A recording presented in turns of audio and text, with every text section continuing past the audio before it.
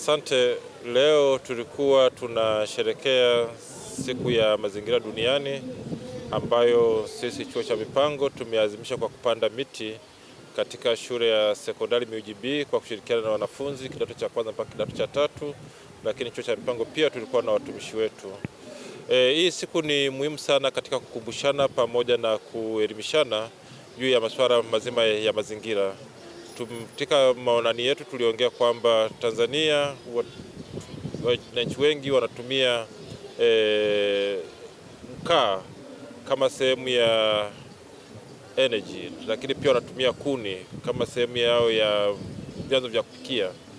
Lakini tuwesisitiza kwamba ili kuachana na ili kama tunapokuwa tunapanda miti namna hii, ni vizuri tukakumbuka pia kubadilisha aina ya nishati ambayo tutakuwa tunaitumia, na tunapendekeza kwamba warau watu waende kwenye nishati mbadala. Nishati mbadala ni pamoja na kutumia gesi, nishati mbadala ni pamoja na kutumia na vyanzo vingine vya nishati, na tayari Mheshimiwa Rais ameshaanza, na kimsingi ndio championi wa nishati safi Tanzania, Afrika pamoja na duniani.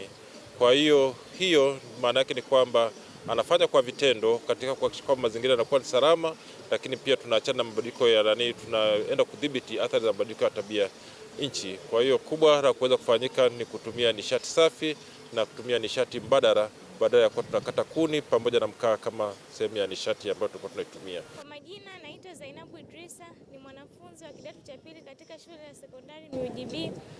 Leo katika shule yetu tumefanya zoezi la upandaji wa miti. Kuna mgeni rasmi pamoja na wanafunzi wa chuo cha mipango na wageni wengine waalikwa. Tukio hili linatusaidia sisi kuepukana na magonjwa mbalimbali kama vile kipindupindu, linasaidia kutunza mazingira yetu ambayo tusaidia kupata hewa safi, husaidia kuweza kuongeza kipato cha taifa, husaidia katika utalii na kadhalika. Asante. Kwa majina naitwa Ashraki Ali Salumu, ni mkazi wa Dodoma, maeneo ya Mbwanga. Nimekuja kushiriki katika zoezi la upandaji miti kwani leo ni siku ya mazingira duniani. Kwa hiyo nimekuja hapa shule ya Miuji kushiriki kupanda miti, ikiwa ni jambo lilokuwa jema kwa ajili ya kukuza mazingira yetu yawe mazuri.